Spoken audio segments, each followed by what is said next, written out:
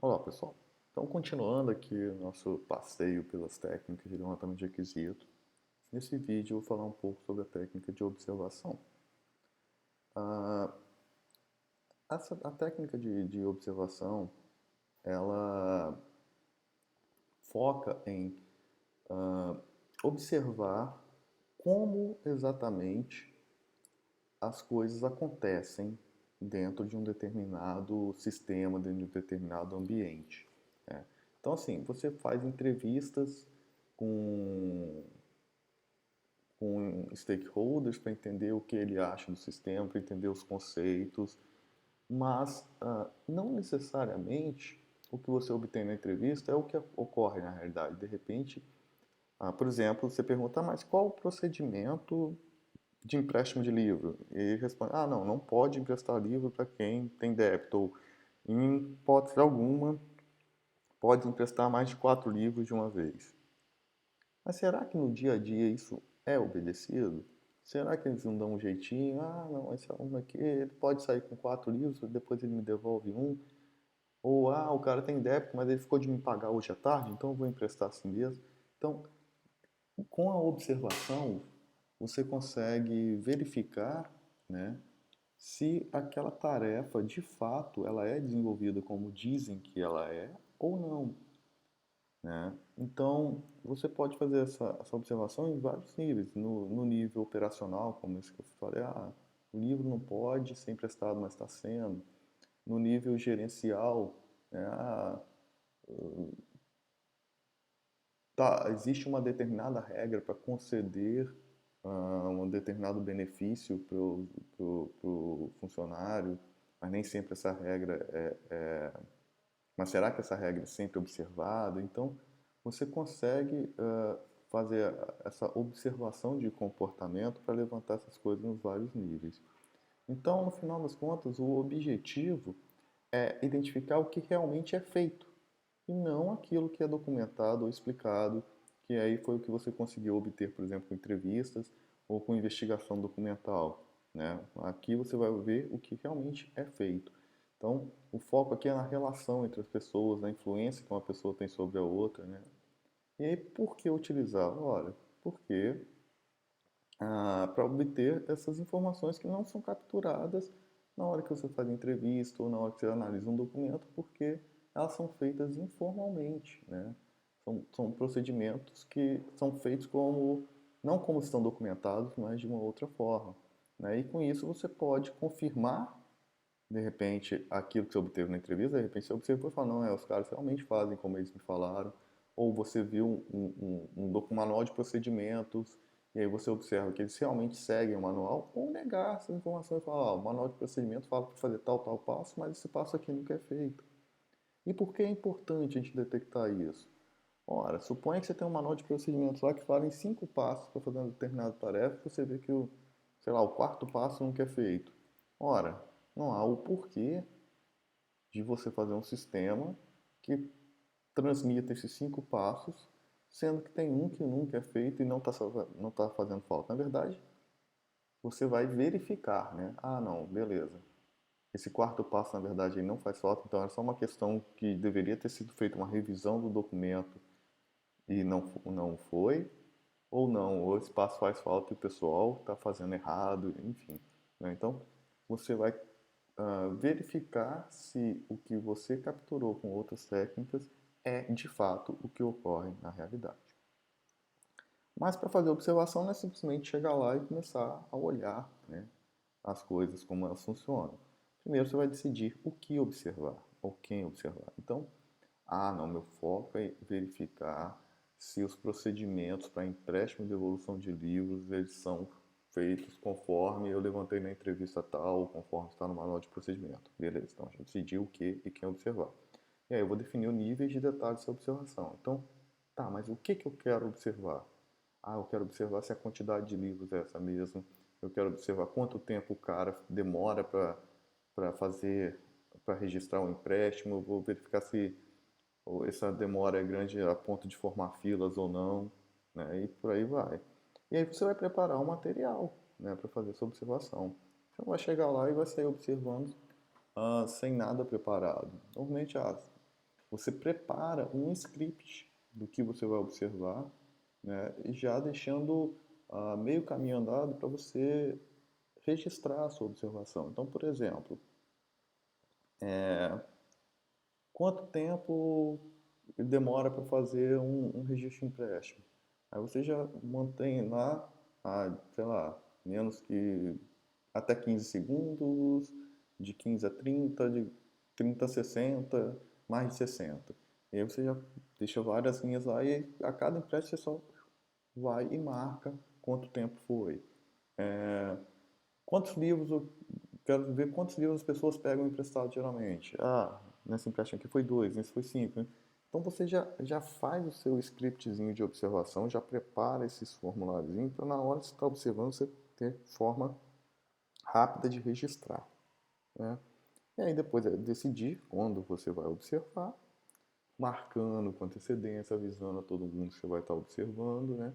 E registrar essa observação usando esse material. Né? Aí a gente tem aqui algumas técnicas para o registro da observação, né?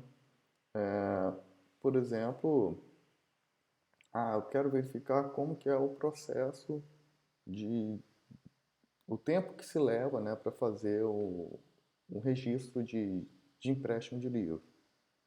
Eu posso usar uma forma que eu posso fazer é um par de adjetivos, é rápido ou é lento, por exemplo. Eu quero ver qual que é a reação dos usuários àquele empréstimo. Eles ficam calmos durante a espera ou eles ficam contrariados. Né? Então, é uma forma de você facilitar, né, o seu registro, você já define esses pares de adjetivos. Ou você pode definir categorias, né? Como eu falei, essas categorias podem ser ordenadas ou não, né? Então, eu dei até um exemplo numa categoria que era ordenada. Demora-se até 15 segundos para fazer até 30, mais de um minuto e por aí vai, né?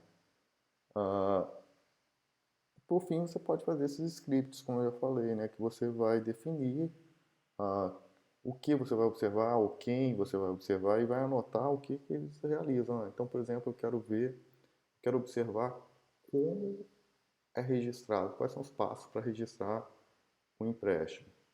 Aí eu vou colocar lá, passo 1, o usuário da biblioteca informa o seu login. Passo 2, ele digita a senha. Passo 3, passa o livro.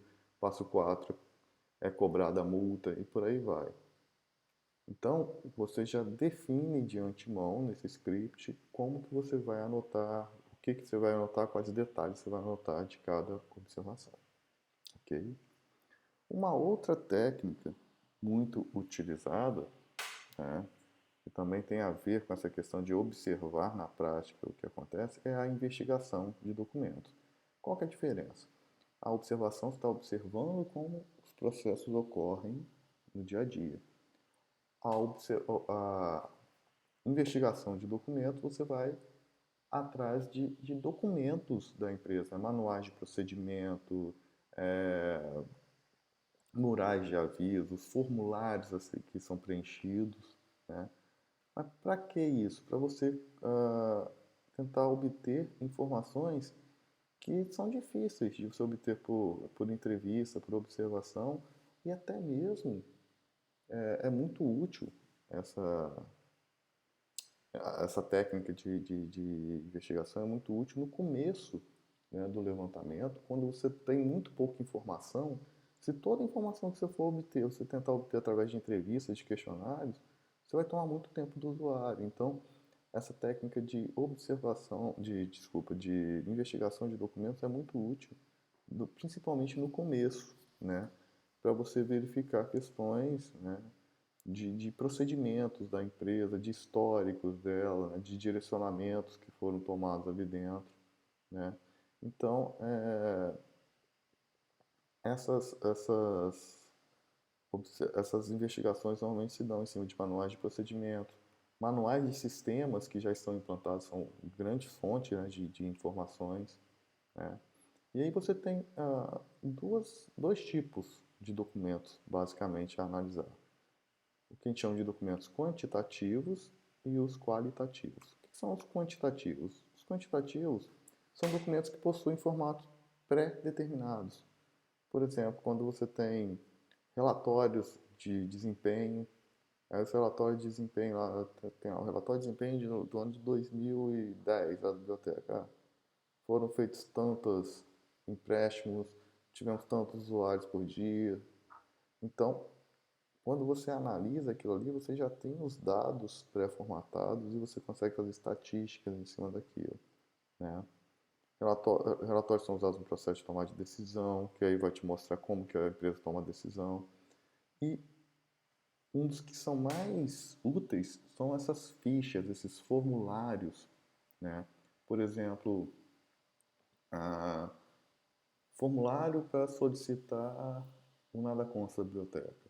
Formulário para solicitar, por exemplo, no setor de pessoal das empresas, é muito comum ter esses formulários. Formulário que solicita diária, para solicitar licença, para solicitar um determinado benefício. Então, o que você olha nesses formulários, né? Você vai procurar oportunidade de melhoria, né? Você vai verificar, por exemplo, quais campos tem ali, o que normalmente é preenchido, o que não é, né? Então você tem duas coisas, você pode observar esses formulários em branco ou você pode observá-los preenchidos. Em branco você vai observar para ver o quê? Qual o propósito dele, qual o público-alvo, quais são os dados que estão sendo solicitados ali, né? Já é muito útil você pegar os preenchidos também para quê? Para verificar, por exemplo, se todos aqueles campos que estão ali são preenchidos de fato. Porque às vezes tem campos ali que nunca são preenchidos, né? Ah, outra questão é ver se eles estão sendo preenchidos realmente pelas pessoas certas. Então, por exemplo, de repente tem um formulário lá que precisa de aprovação do diretor. Mas aí quando você pega os preenchidos, você vê que sempre quem aprova não é o diretor, é o coordenador da área em nome do diretor. Então, pô, será que se eu for fazer um sistema de formação para automatizar isso, eu não deveria mandar esse formulário para o coordenador ao invés de mandar para o diretor? Já que é sempre o coordenador que responde em nome dele, né? Então, isso você só nota quando você pega os formulários preenchidos para analisar. Se você só pegar o não preenchido, você nunca vai notar isso. Então, você pode detectar problemas como informação que não flui como planejado, alguns pontos de gargalo, por exemplo. Talvez o diretor não esteja respondendo àqueles formulários porque tudo passa pela mão dele, então ele não tem tempo para isso. Então ele virou um ponto de gargalo ali. Trabalho duplicado, informações duplicadas. ah, por exemplo, formulários que eu já vi em várias empresas, né, formulários que o empregado, na hora de solicitar qualquer coisa, tem que preencher um formulário. E aí no cabeçalho do formulário tem lá o número da matrícula dele, o nome dele, o CPF dele. E aí, no outro dia, ele vai solicitar uma outra coisa, ele tem que colocar de novo o nome da matrícula, o nome dele, o CPF. Para que essa duplicação de informação? Será que é realmente necessário? Será que na hora que eu tornar isso um sistema de informação, eu não consigo eliminar essas duplicações de informação, duplicação de trabalho, né? Ah, será que quando eu tenho uma visão do todo, né, do fluxo total dessa informação, eu não perco a necessidade de preencher esse formulário, de preencher esses dados, né? Então você consegue avaliar esse tipo de coisa. Certo, mas além dos documentos quantitativos, que são esses os formulários, a gente pode também avaliar documentos qualitativos, que são documentos que não têm um formato pré-determinado. Por exemplo, memorandos, manuais, né? A gente já falou muito dos manuais, né? Porque normalmente esses manuais são as principais fontes de informação sobre os procedimentos da empresa. Quando você tem manual do sistema de informação que você vai substituir esse sistema, é um lugar fundamental para você olhar, definir requisitos, né? Quadros de aviso da empresa também é interessante você dar uma olhada para ver que tipo de aviso, de comunicação que a empresa passa para os seus usuários, né? Então, Você pode capturar dali indícios da cultura organizacional. Por exemplo, no quadro de aviso tem sempre algo falando de segurança. Opa, então é sinal que a empresa valoriza muito a segurança. Então isso é algo que tem que ficar atento quando for fazer o sistema, né? Então, assim, de uma forma geral, né, a análise de documentos, ela é uma técnica muito, muito importante, principalmente nas fases iniciais de desenvolvimento, para você ter a sua primeira percepção sobre aquele domínio, né? E é ali que você vai obter informações de como, em algum momento, pelo menos, pretendia-se que os processos funcionassem, né? Em algum momento alguém quis que aquilo fosse daquele jeito, por isso documentou aquilo. Então, é muito importante você pegar essa essência da cultura organizacional e para você ter uma base para iniciar o seu levantamento de requisitos, ok? Então, é isso, pessoal. Até o próximo vídeo.